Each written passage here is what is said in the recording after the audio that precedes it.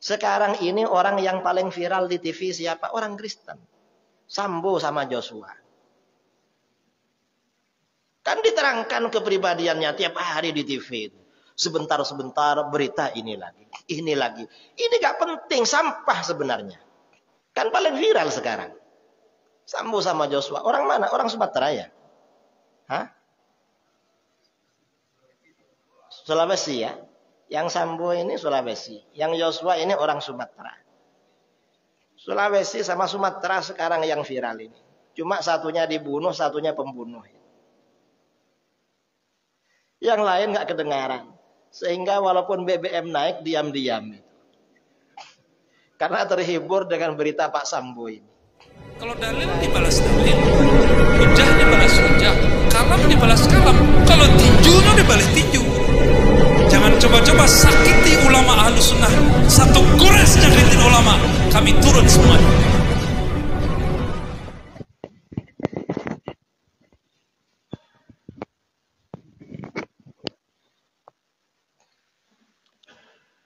Pagi kali ini yang saya banggakan dan saya cintai, Allah Subhanahu wa ta'ala mewajibkan kepada kita umat manusia ini agar mentauhidkan Allah, agar beribadah kepada Allah. Wa ma khalaqatul jinna wal insa illa liya'budun. Aku tidak menciptakan jin dan manusia kecuali agar mereka beribadah kepadaku. Sebagian ulama menafsirkan liya'rifun, agar supaya mereka makrifat kepadaku, makrifat kepada Allah, beribadah. Nah, artinya umat manusia siapapun di akhir zaman ini wajib masuk Islam. Kalau tidak masuk Islam maka pasti masuk neraka. Tapi setelah Islam, kalau Islam saja tidak cukup. Misalnya pokoknya Islam itu gak cukup. Mengapa? Karena di akhir zaman setelah Rasulullah SAW wafat, beliau bersabda, innahu may ya'ish ba'di fasayara ikhtilafan katsira. Sesungguhnya siapa yang hidup sepeninggalku maka akan melihat banyak terjadinya perbedaan pendapat. Jadi sabda Rasulullah SAW setelah beliau wafat banyak perbedaan pendapat. Sekarang dari wafatnya Rasulullah itu sudah berapa lama? Sudah 1400 tahunan lebih. Perbedaan pendapat banyak sekali. Nah, kalau terjadi perbedaan pendapat, maka siapa yang harus kita ikuti? Kalau Rasulullah masih ada, kita gampang. Ada perbedaan pendapat, tanya pada beliau. Kalau setelah wafat bagaimana? Beliau memberikan rambu-rambunya. Apa? Fa'alaikum bisunnati wa sunnatil khulafair rasyidin. Kalau terjadi perbedaan pendapat, maka kalian harus berpegang teguh dengan sunnahku dan sunnah khulafaur rasyidin. Nah, berarti setelah Rasulullah wafat, kita ini harus ikut sunnah Rasul dan sunnah khulafaur rasyidin. Siapa pengikut sunnah Rasul dan sunnah khulafaur rasyidin? Pengikut sunnah Rasul dan sunnah khulafaur rasyidin ini disebut dengan golongan ahlus sunnah wal jamaah. Ahlus sunnah itu artinya pengikut sunnah Rasul, wal jamaah itu artinya pengikut jamaah para sahabat, terutama khulafaur rasyidin. Di dalam hadis lain riwayat Imam At-Tirmidzi dari Amr bin Al-As, Rasulullah SAW bersabda, "Wasataftariqu ummati ala 73 millah, kulluha finnar illa millatan wahidah." Umatku akan pecah menjadi 73 golongan. Semuanya akan masuk neraka kecuali satu golongan yang selamat. Para sahabat bertanya, "Wa man hiya ya Rasulullah?"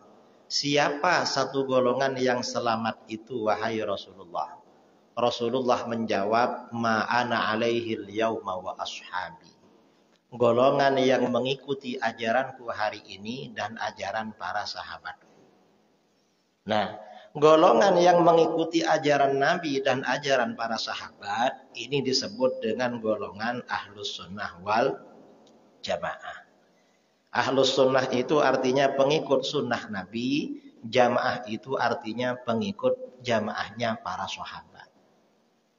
Di dalam hadis lain, ketika Rasulullah SAW ditanya siapa golongan selamat, beliau menjawab as-sawadul a'wam, golongan mayoritas umat Islam. Berarti kalau begitu, Ahlus Sunnah wal Jamaah itu ciri-cirinya mengikuti ajaran Nabi, ajaran para sahabat, dan itu terdiri dari golongan mayoritas umat Islam. Berarti itu. Nah, dari sini ditemukan jawabannya. Pada masa seperti sekarang ini, di mana umat Islam ini terjadi perpecahan. Perpecahan di mana-mana. Kalau dulu mungkin ya sekitar tahun 80-an atau sebelum era 90-an. Sebelum tahun 90-an ke belakang, umat Islam di mana-mana termasuk di Riau itu satu mazhab. Di dalam fikih mazhabnya Syafi'i. Akidahnya Asy'ari, orang-orangnya Sufi. Orang Riau ini kalau ikut tarekat biasanya Naqsyabandiyah Khalidiyah atau Khalidiyah Naqsyabandiyah. Dan ada ulama Riau yang populer menjadi mursyid di Asia Tenggara, Syekh Abdul Wahab Rokan. Yang makamnya ada di Besilam, di Langkat, di Medan, Sumatera Utara. Ini kan orang-orang Sufi. Jadi sejak awal Islam ini disebarkan di kalangan bangsa kita memang Islam Ahlus Sunnah wal Jamaah. Di dalam fikih mengikuti mazhab Imam Syafi'i, akidahnya Asy'ari, orang-orangnya Sufi. Kalau orang sini thariqatnya Khalidi Naqsyabandi. Kalau di Jawa macam-macam. Kalau di Jawa walaupun Naqsyabandiyah biasanya Mulhariyah. Ada cabang lain dari Naqsyabandiyah. Sama-sama Naqsyabandiyah. Tapi Mulhariyah. Kalau yang di sini Khalidiyah. Kemudian di Jawa juga berkembang thariqat Syadzaliyah. Thariqat Tijaniyah. Dan thariqat yang lain. Artinya apa? Sejak awal memang umat Islam di Indonesia ini Islamnya Ahlus Sunnah wal Jamaah. Kemudian setelah era 90-an ini muncul banyak aliran. Ya sebenarnya aliran ini kira-kira sejak 100 tahun yang lalu. Sebelum kemerdekaan. Sebelum kemerdekaan di negeri kita ini ada 3 aliran berkembang. Apa saja? Yang pertama Salafi Wahabi. Ini mulai masuk ke negeri kita. Yang kedua ini Syiah. Ini mulai masuk ke negeri kita. Yang ketiga, ini aliran-aliran lokal. Aliran lokal ini aliran kebatinan. Aliran kebatinan ini mengaku penganut tarekat tasawuf, tetapi mengajak meninggalkan ibadah sholat dan ibadah-ibadah yang lain. Ini yang ketiga. Jadi kira-kira 150 tahun yang lalu di negeri kita ini berkembang 3 aliran. Kalau 150 tahun yang lalu berkembang 3 aliran, kira-kira sekarang anak cucunya ada berapa? Kalau 150 tahun yang lalu ada 3 orang, sekarang tahun 150, kira-kira anak cucunya berapa? Gak tahu ada berapa. Karenanya ada berapa jumlah aliran sesat di Indonesia? Kita gak tahu. Tahun 2009, saya dan kawan-kawan di Jawa Timur mencoba meneliti. Kira-kira sampelnya diambil dari separuh Jawa Timur, Surabaya ke timur. Itu tercatat hampir 300 macam aliran. Berarti kalau se-Jawa Timur diperkirakan ada 500-600. Di Jawa ini provinsinya ada 6. Kalau tiap provinsi ada 500, diperkirakan di Jawa ada 3.000-an. Tambah dengan Sumatera, kira-kira berapa ribu. Artinya aliran sesat di negeri kita ini ramai, saudara. Banyak. Dan orang ketika terjadi banyak aliran-aliran yang berkembang di negeri kita, itu gak bisa langsung comot, oh saya pokoknya ikut ini aja, gak bisa. Tapi harus cari yang benar. Harus cari yang ahlus sunnah wal jamaah.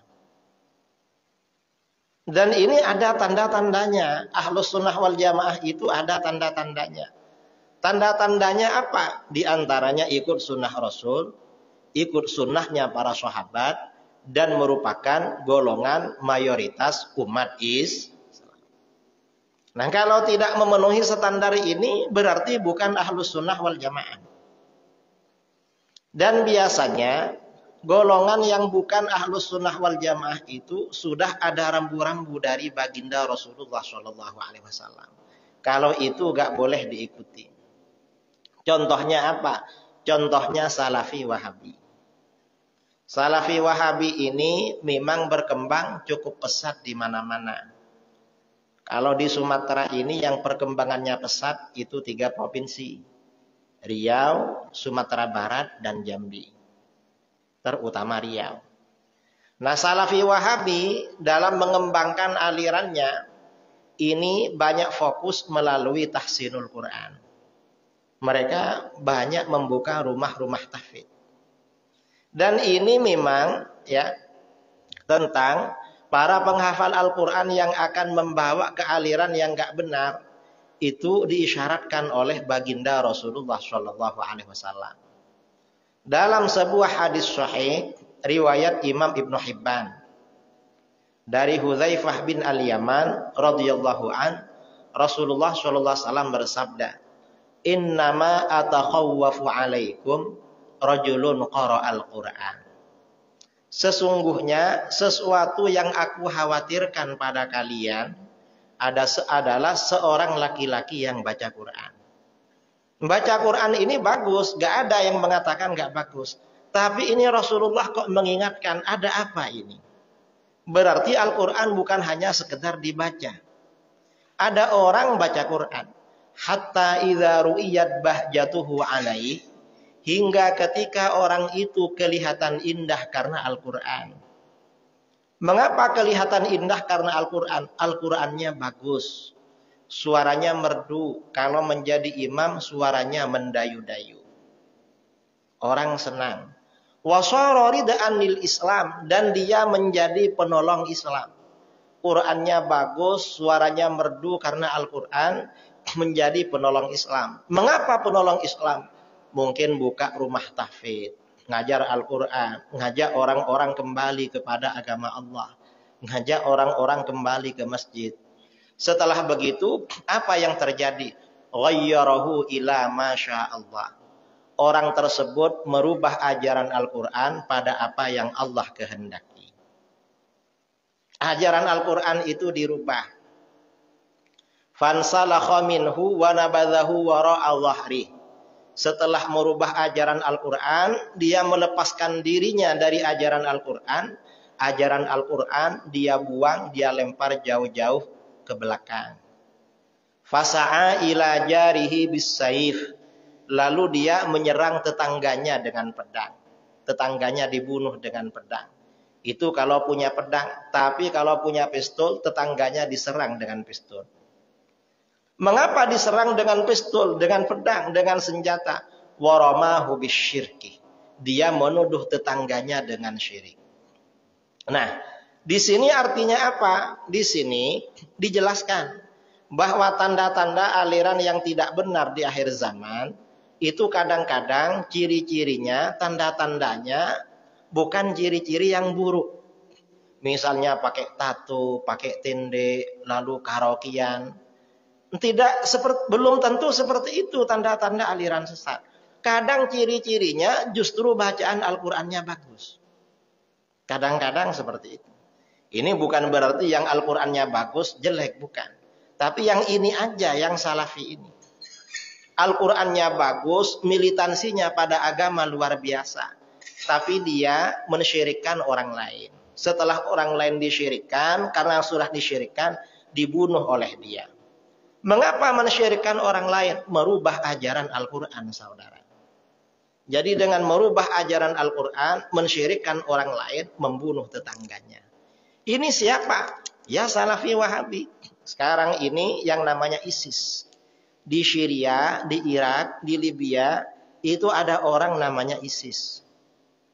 ISIS ini Qurannya bagus. Ibadahnya bagus. Mengkafirkan orang, tetangga-tetangganya sesama muslim dibunuh, dibantai. Ini ISIS.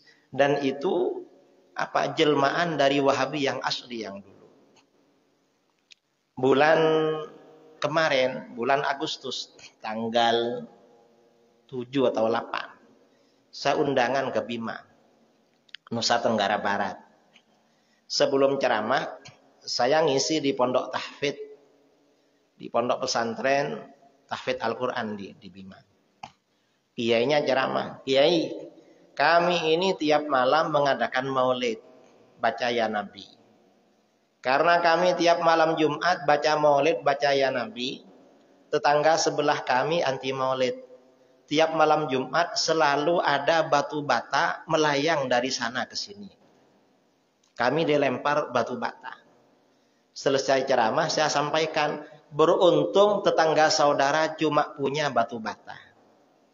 Jadi yang dilempar batu bata.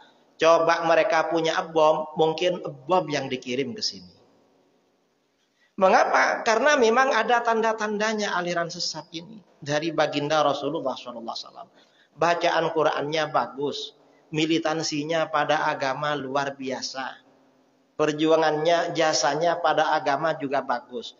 Cuma bagaimana mengkafirkan umat Islam, mensyirikkan umat Islam? Gimana ajaran Al-Quran dirubah?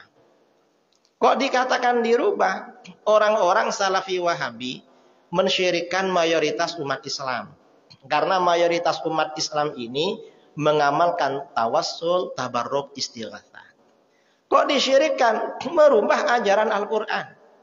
Kata mereka, orang-orang musyrik pada masa-masa awal-awal Islam, para penyembah berhala, ketika ditanya oleh Rasulullah, ngapain kalian menyembah patung-patung, berhala-berhala? Itu kan batu yang kalian pahat, kalian buat sendiri. Orang musyrik, orang kafir ya, penyembah berhala menjawab, ma na'buduhum illa liyuqarribuna ilallahi zulfa. Kami tidak menyembah berhala-berhala itu kecuali agar supaya berhala-berhala itu mendekatkan kami kepada Allah sedekat-dekatnya. Jadi orang musyrik itu menyembah berhala untuk mendekatkan diri pada Allah. Sama dengan kamu bertawassul, beristighatsah, bertabarruk dengan nabi dan wali, kan itu untuk mendekatkan diri kepada Allah. Apa bedanya dengan orang musyrik? Sama-sama syirik.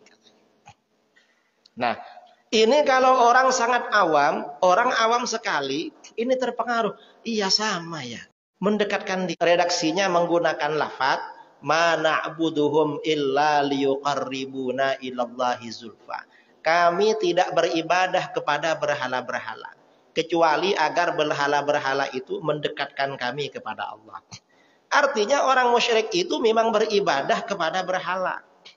Adapun umat Islam yang bertawassul, yang beristighatsah, bertabarruk, itu tidak beribadah kepada para nabi, tidak menyembah, tidak beribadah kepada para wali. Itu ibadahnya tetap kepada Allah. Mereka ini bertawassul, bertabarruk, beristighatsah, itu konteksnya berwasilah. Berwasilah dengan mereka. Sesuai dengan perintah Allah, ya ayyuhalladzina amanuttaqullaha wabtaghu ilaihil wasilah. Hai orang-orang yang beriman, takutlah kalian kepada Allah dan carilah wasilah kepadaku. Dan carilah wasilah kepada Allah. Wasilah itu artinya apa? Kata para ulama, ma yutawassalu biha ila tahsiril maksud. Wasilah itu artinya adalah sesuatu yang dapat mengantarkan, menghasilkan apa yang menjadi tujuan kita. Itu namanya wasilah. Dan wasilah ini diterangkan di dalam Al-Quran dan hadis. Apa macam-macam wasilah? Asmaul husna wasilah. Makanya di dalam Al-Quran ada ayat walillahil asmaul husna fada'uhu biha.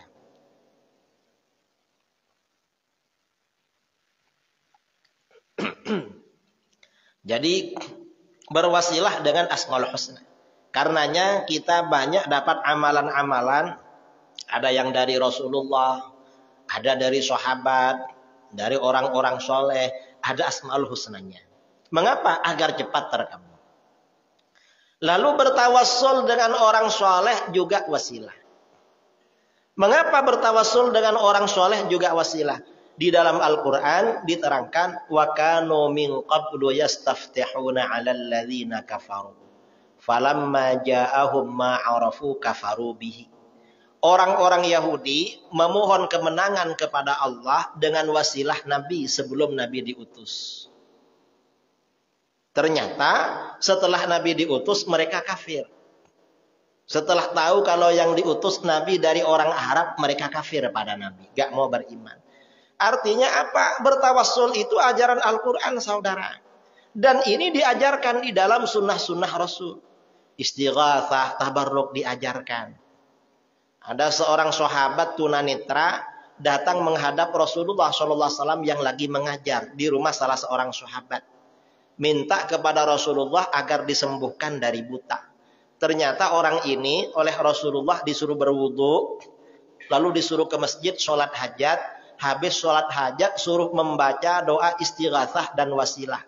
Allahumma inni as'aluka wa atawajjahu ilaika bidabiyyika Muhammadin sallallahu alaihi wasallam nabiyyir rahmah. Ya Muhammad ya nabiyyir rahmah. Ya Allah, sesungguhnya aku memohon kepada Engkau. Aku bertawassul kepadamu dengan nabimu, Nabi Muhammad sallallahu alaihi wasallam, nabi pembawa rahmat. Ya Muhammad, wahai Muhammad. Ya Nabiyyur Rahmah, wahai nabi pembawa rahmat. Ini namanya istighatsah. Nah, yang seperti ini bukan syirik. Mengapa bukan syirik? Ini wasilah. Karena kalau syirik gak mungkin Rasulullah mengajarkan. Rasulullah gak mungkin mengajarkan kesyirikan. Dan amalan ini diamalkan oleh mayoritas umat Islam. Mayoritas umat Islam ini oleh Allah dilindungi dari kesyirikan. Gak akan terjerumus dalam lumpur kesyirikan. Ini mayoritas umat Islam. Karenanya kelompok minoritas umat Islam yang mengkafir-kafirkan, mensyirik-syirikkan umat Islam, ini gak boleh diikuti. Mengapa? Ini aliran sesat, saudara. Walaupun bacaan Qur'annya bagus, kita pakai imam kita saja. Jangan pakai mereka. Jangan belajar pada mereka. Belajar sama imam kita. Imamnya juga bagus bacaan Qur'annya. Karena orang ini ya kadang-kadang karena Qur'annya bagus, akhirnya terpengaruh. Jangan. Ini gak boleh ini. Ini aliran sesat. Dan ada rambu-rambunya memang mensyirikkan mayoritas umat Islam. Tetangganya dikafir-kafirkan, disyirik-syirikkan. Para ulama dulu berdakwah kepada bangsa Melayu untuk mengislamkan orang kafir. Yang sekarang ini ada yang berdakwah kepada orang Islam tapi mengkafirkan orang Islam. Dan kalau mengkafirkan orang Islam ini berarti beda, ajaran baru, gak boleh diikuti.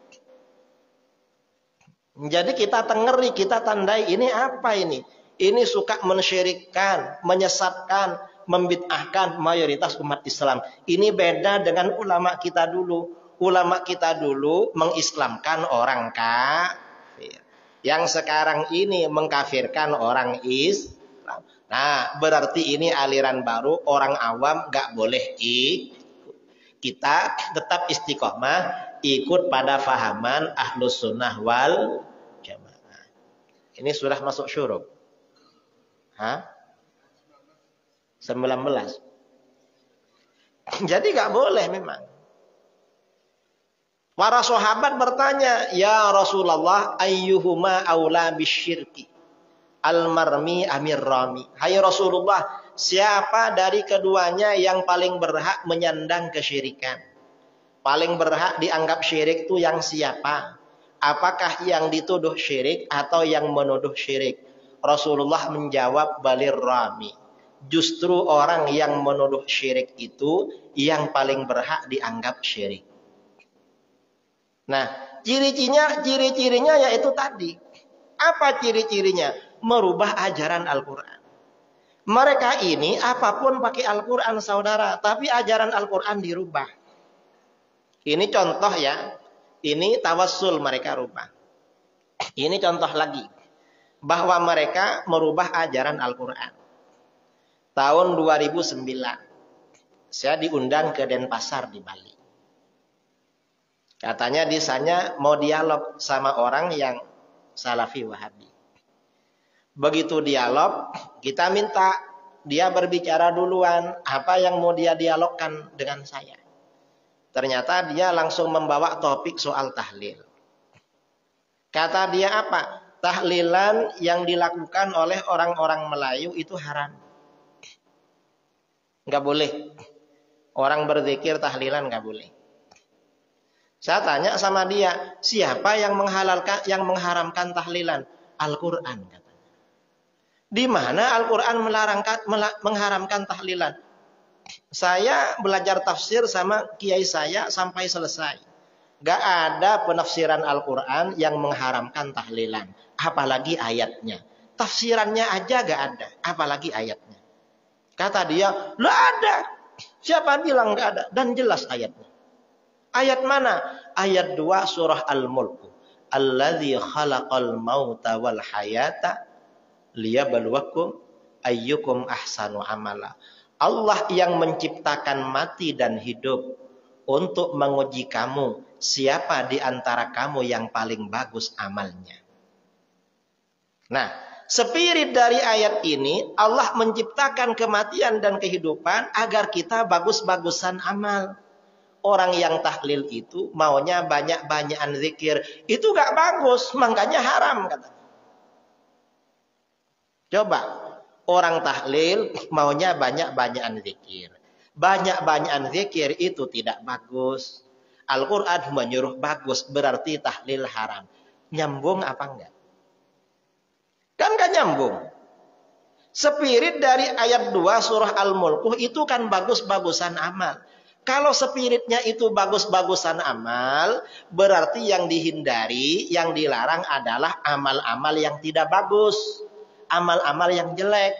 Yang namanya bagus, itu lawannya adalah jelek. Di sini menganggap lawannya bagus itu banyak. Zikir kalau banyak berarti gak bagus. Berarti lawannya bagus. Kan gak betul kan?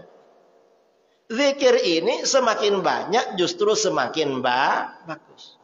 Karenanya di dalam Al-Quran, ya ayyuhalladzina amanu dzkurullah dzikran katsira. Hai orang-orang yang beriman, berzikirlah kalian kepada Allah sebanyak-banyaknya. Dalam berzikir, kita ini diperintahkan sebanyak-banyaknya.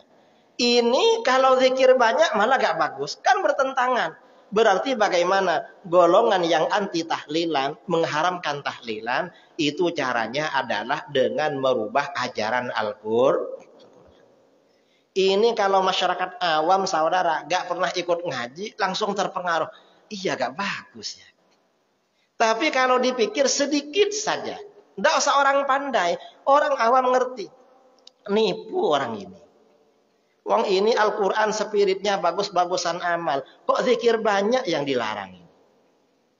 Kan nipu. Jadi merubah Al-Quran saudara. Melarang tapi merubah Al-Quran. Melarang tahlilan, merubah Al-Quran. Ajaran Al-Quran dirubah. Zikir ini beda dengan ibadah-ibadah yang lain.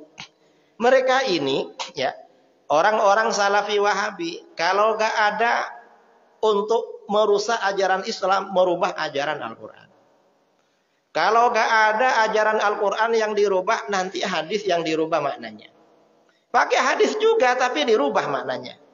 Kalau gak ada hadis yang dirubah, ngarang-ngarang dalil. Gak ada ngarang-ngarang dalil, buat kaidah sendiri. Apa contohnya ngarang-ngarang dalil? Saya ini sering, kalau sudah lama engkel-engkelan dengan Wahabi, lalu mereka nggak bisa jawab, senjata terakhir apa? Senjata terakhir mereka apa? Kalau memang Wahabi sesat, mengapa tanah suci sekarang dikuasai Wahabi? Nah ini namanya kan ngarang dalil kan, masa dalil itu? Misalnya ya, ada orang jahat menjadi ketua masjid. Lalu orang bilang, itu jahat itu. Lalu dibilang, kalau memang dia jahat, kenapa dia menjadi ketua masjid? Apa hubungannya ketua masjid dengan kejahatan? Kan nggak ada kan? Orang sekarang ini akhir zaman. Orang yang jadi ketua masjid itu belum tentu orang paling soleh di lingkungan itu. Kadang yang soleh diam-diam aja, gak peduli. Ini karena menguasai Mekah Madinah lalu dianggap orang paling benar. Kan bukan dalil itu. Rasulullah gak pernah menyatakan seperti itu dalam hadis-hadis. Kan tadi kan disampaikan, nanti saya meninggal banyak terjadi perbedaan pendapat. Lalu pesan Rasulullah bagaimana? Kalau terjadi perbedaan pendapat, berpeganglah dengan sunnahku dan sunnah khulafaur rasyidin. Rasulullah tidak memberikan rambu-rambu. Kalau nanti beda pendapat, ikut yang menjadi gubernur di Mekah dan Madinah. Kan gak ada dalil begitu. Kalau nanti penguasa ini bukan cuma Mekah Madinah, akhirnya kalau itu dibenarkan, kalau misalnya yang menjadi presiden atau menjadi apa di negeri kita, orang gak cinta agama, nanti dijadikan dalil juga itu. Kalau memang itu gak benar, kenapa jadi presiden misalnya? Dijadikan dalil juga. Ini kan namanya ngarang. Ini kadang-kadang ya, orang-orang Salafi Wahabi ini gak bisa ngarang dalil, ngarang kaidah. Apa kaidah yang mereka karang? Al-aslu fil ibadah al-haram. Hukum asal dalam ibadah itu haram. Itu kata siapa? Itu kaidah usul fikih katanya. Padahal kita di pondok belajar usul fikih sampai ngajar usul fikih. Gak pernah jumpa kaidah kayak itu. Ini kalau orang gak ngerti kaidah kan, loh ini sudah kaidah ini ya apa ini? Hukum asal dalam ibadah ini haram. Kita berarti melanggar.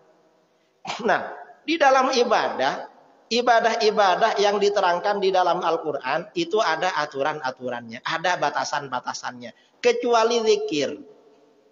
Zikir ini yang memang paling gak banyak aturan. Kalau sholat harus menghadap kiblat. Kalau gak menghadap kiblat, bukan dapat pahala, berdosa malah.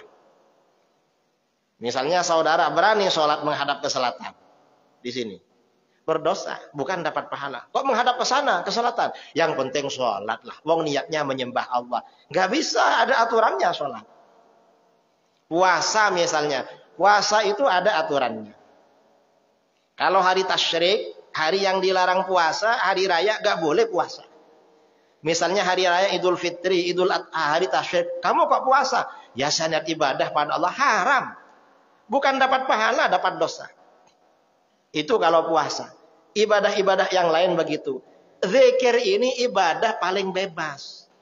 Ada orang hidup, kita baca zikir. Ada orang mati, juga baca zikir.